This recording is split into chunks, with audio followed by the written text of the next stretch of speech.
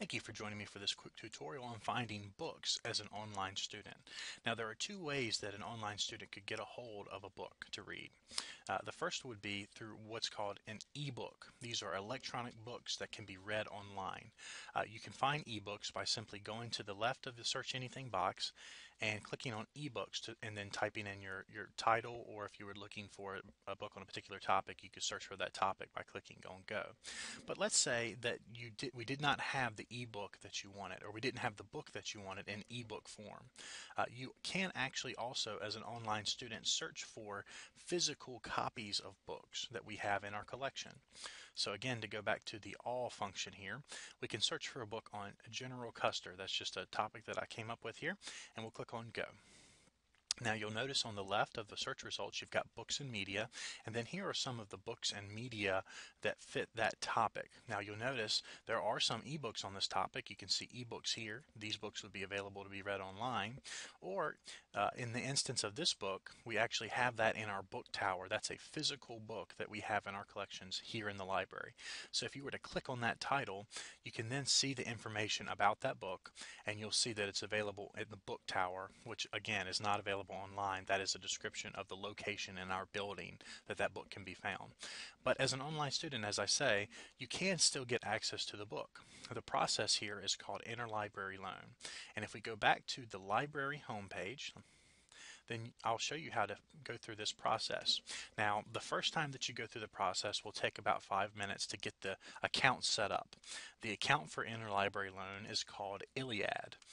And so the first time you go through the process, you'll have to set up the account. It takes a little bit longer the first time for that reason, but once you have it set up, it will be a very quick and streamlined process. To find this account, you would go to Research and then Interlibrary Loan.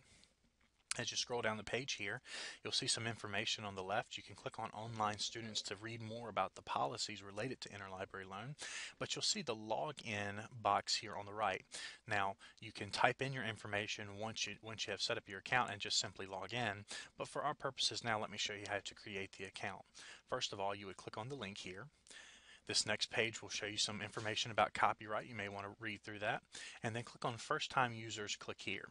Now we have the registration page for the Iliad account. Again, that's the account for Interlibrary Loan.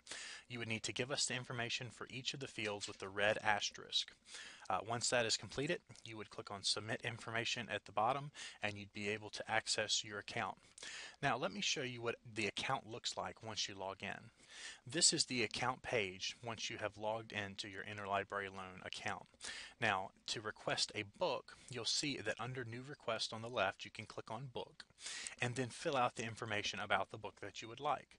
We only really have to have the information with the red asterisks, but if you know the other information like the publisher, date of publication, etc., that would be helpful to us. So if you know it and you would like to fill that in, that would be great, especially if you have a book that has needs to have a certain edition for that book or something like that.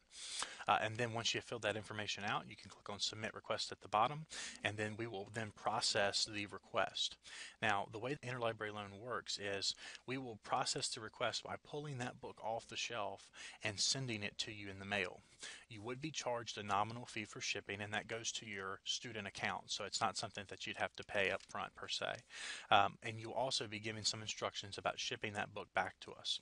If you have any questions about Interlibrary Loan or any other research questions, feel free to give us a call at the library. Our number is 434-582-2221. Please remember that the library has what you need to succeed.